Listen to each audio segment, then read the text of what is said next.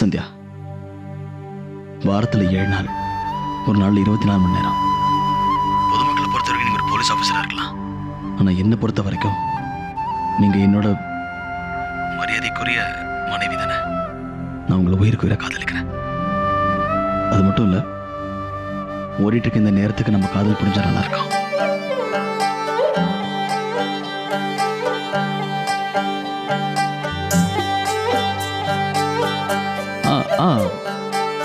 பேச்சுவாக்கில் மறந்து போயிட்டேன்.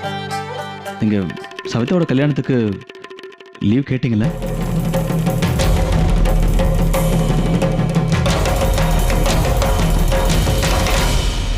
ஏன் அமைதியாயிட்டீங்க சத்யா? சொல்லிட்டேங்க.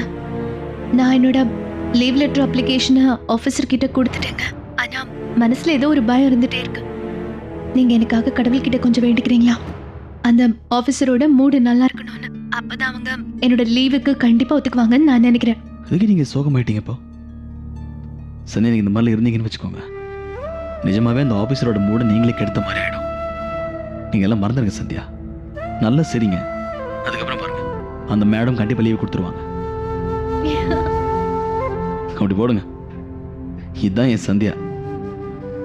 இந்த சிரிப்பை மட்டும் விட்டுறவே கூடாது, சரியா? இங்க பாருங்க, நடந்ததுக்கெல்லாம் நான் உங்ககிட்ட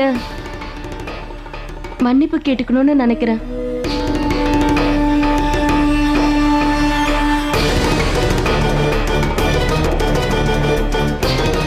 காலம் கடந்தாலும் எனக்கு நான் பண்ணது தப்புன்னு எனக்கு தெரியுது.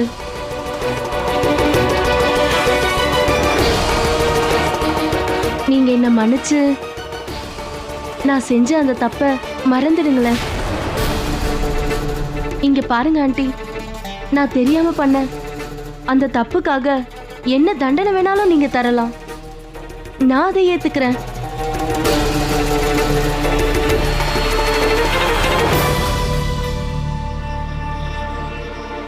இங்க பாருங்க ஆண்டி.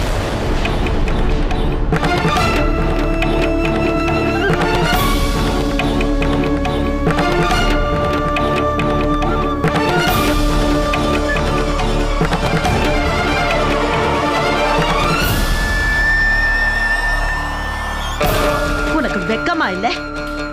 2 தடவை வேணான்னு சொல்லியும் வெக்கமே இல்லாம வந்து நிக்கிற. அதுவும் ஏன் வீட்டுக்கு?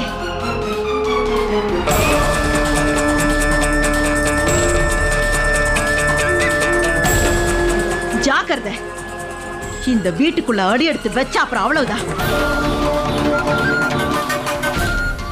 என் வீட்டை கழுவி தள்ளுற அளவுக்கு என் வீட்டுல ஒண்ணு கங்கை நதி இல்ல தாயே. ஒருவேளை நீ உன் மனசுக்குள்ள பிராயச்சித்தம் பண்ணணும்னு தோணுச்சுன்னா நான் சொல்றத நீ செய். எங்களை விட்டு போயிடு, இந்த வீட்டை விட்டு போயிடு, எங்க குடும்பத்தை விட்டு போயிடு. உன் முகத்துல நாங்க முழிக்காத அளவுக்கு எங்கேயாவது போய் தொலை. ஆண்டி, இங்க வா பிரீத்தி.